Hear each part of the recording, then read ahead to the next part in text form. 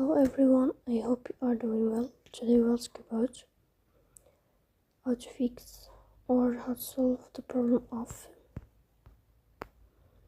Upwork talent. Very good sessions. Here we click on apps, default tabs, app sessions. In this page you will search about Upwork talent. Here we go to Forcestop and you click OK. Then we'll enter to storage. Here we click on clear cache. In the end you will turn off your phone and you will wait a moment to restart your phone again to fix that problem.